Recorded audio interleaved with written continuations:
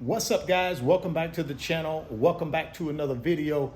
If you're stopping by the channel for the first time, please consider subscribing to my channel. And while you're at it, smash that like button for me. I really would appreciate it. Also, hit that post notification bell for me so that you're notified every time I upload a new video. Be careful down in the comment section of the videos. A lot of spam, a lot of scammers. I will never ask you to contact me by WhatsApp or Telegram. I also do not invest money for my subscribers.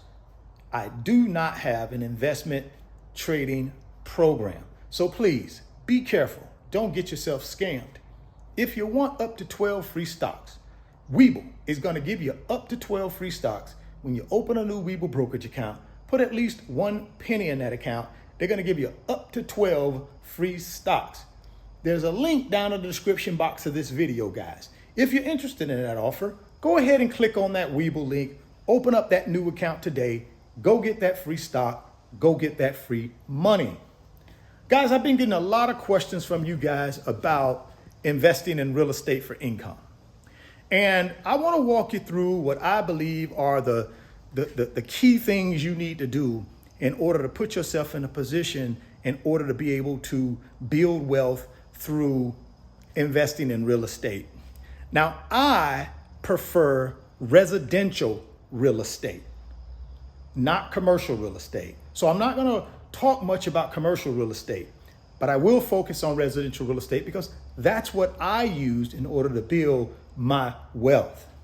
Now, I think, though, over the next 60 days, we're going to be in a situation where there's going to be at least 6 months worth of residential real estate supply or inventory. Now, why is that important? Because I think when you have at least 6 months of residential inventory when it comes to real estate, and when I say inventory, really I'm talking about single family homes, duplexes, triplexes, and quadruplexes, right? 1 to 4 family dwellings. When we have at least 6 months supply of that or inventory, it becomes a buyer's market again. See, right now it's a seller's market because we have very low inventory of any of those, right? But I believe in about 60 days, we're going to have about 6 months worth, which then is going to shift over to a buyer's market. Why is it important for us as real estate investors to be buying real estate in a buyer's market? Why? Because we can negotiate and get better prices for the real estate that we buy. When it's a seller's market and there's very low inventory, the seller's in control. They can charge whatever they want to charge, and there'll always be someone to buy it. Whereas when it's in a buyer's market, buyers are in control, right? So we get to kind of negotiate and offer what we're going to pay for a particular property, because if that particular seller doesn't accept it, guess what? We just go to the next property. That's the good thing when we're in a buyer's market. We get to choose and we can negotiate better prices, lower prices for quality real estate. Now, a couple things you need to think about before you can start buying real estate for income, right? You got to figure out what type of real estate investor are you? Are you going to be a cash flow investor or are you going to be a capital gain investor? For me personally, I lean more towards being a capital gain investor. And let me explain both to you. So as a cash flow investor, really what you're concerned with is how much money, how much income on a monthly basis, on an annual basis, do you make from that property, right? That's what you're more interested in. As a capital gain investor, you're really more interested in what is the long-term value of this property, right?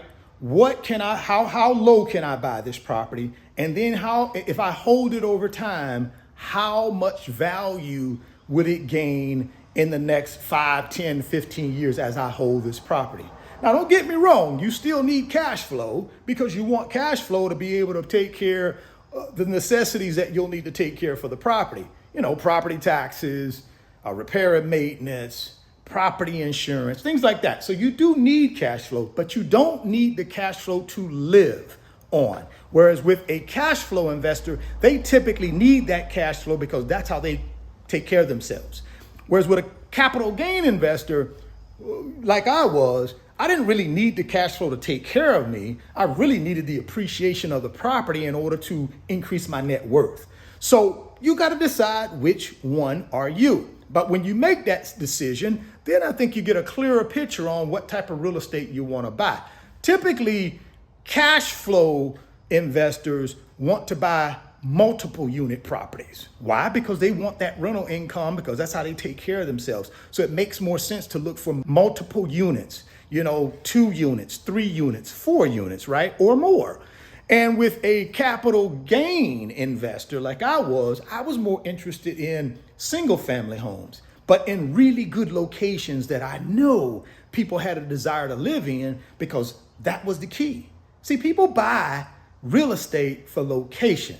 A lot of people don't really buy real estate because the house is beautiful. The first thing they really think about is this location desirable? Is this location where I want to be? I don't mind buying the worst looking house, but in the best location, right? Why? Because I can always take that worst looking house and put a little TLC into it and make it look like a really nice house.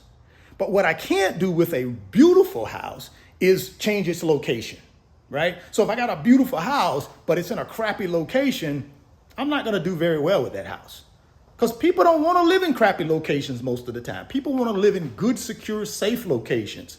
So for me, it was more important to make sure I found the location first, and then I would look for the house, not the other way around. But you got to make that decision, right? Like I said, 2 different types of real estate investors: cash flow or capital gain, and you got to figure out which one you are. Now, once you figure that out and you say, well, okay, I'm one of those 2, but now talk to me about how do I get a piece of real estate? How do I get this real estate? How do I buy it? How do I get funding for it? Well, I think you got to have 3 things.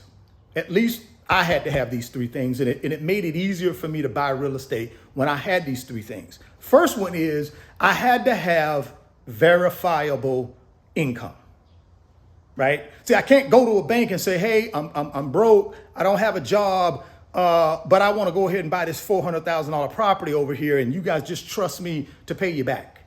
That ain't how banks work. No lender is going to work that way, right? You got to be able to present to them the ability to repay the loan. And if you're brand new as a real estate investor with no experience, they're going to want to know, if you don't get a tenant in that property, how do you pay us? See, it's not the bank's responsibility to help you get a tenant. That's your responsibility. But if you don't have a tenant, they still want their money, guys. They're not going to say, well, okay, take a couple of months off until you find a tenant, and then you can pay your mortgage. No, they're going to want their money. So when you walk in there as a brand new real estate investor and you're asking to borrow money, they're going to say, well, how are you going to repay us? And we're not talking about the rental income. We want to know how you're going to repay us if you don't even have rental income. And that's where that verifiable income, you're going to have to be able to show them that you got other sources of income. And they want to see that through your tax return, guys. They don't want you coming in there with a spreadsheet showing them all these different income sources, but you got none of it flowing through to your personal tax return or business tax return. No, that's not going to work. So you need verifiable income, and it needs to be through your personal tax return or your business tax returns, whichever one is going to be the borrower for that particular loan. The next thing you're going to need is decent credit, guys, right? And what does decent credit mean? I think if you got a credit score of at least 670 and you have no major derogatories on your credit, and derogatories are just simply charge-offs, late payments, judgments, bankruptcies. The higher credit score you have will get you a better interest rate. But I think if you're just starting out and you're just trying to get this loan, 670 with no major derogs, I think you're in good shape. Third thing you're going to need is what? Down payment money. Especially if you're not using like FHA, first time home buyers program, where you put the 3.5% down and the lender gives you, 96.5%. If you're not using FHA, then you're going to probably need to come in the deal with minimum 10% down, right? Most lenders will require 20% down if they know you're doing this loan to purchase a rental property, right? they're going to want more down. Why? Because they know if times get hard and you can't pay that loan and it's not your primary residence, the chances of you just leaving them high and dry goes up if it's a rental property. So they make you put more money in the deal, right? So you got to have down payment money, guys. You have to have at least 10% of whatever the purchase price is for this property that you're getting ready to buy. So if it's a $400,000 property, at minimum, you should have $40,000 plus whatever the closing costs are tucked away on reserve, ready to put into that particular deal, right? So those are the three things. Verifiable income, at least 670 credit score with no derogs, and you need to have a minimum of 10% to put into the deal, right? And like I said, some lenders may require 20%.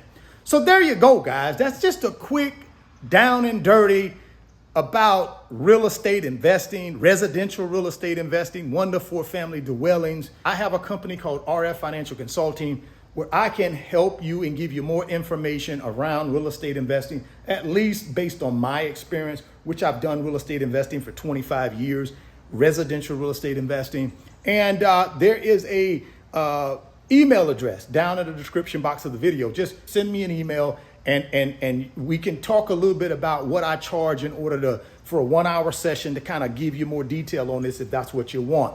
If you want those 12 free stocks from Webull though, click on that link down in the description box and open up that new Webull account today.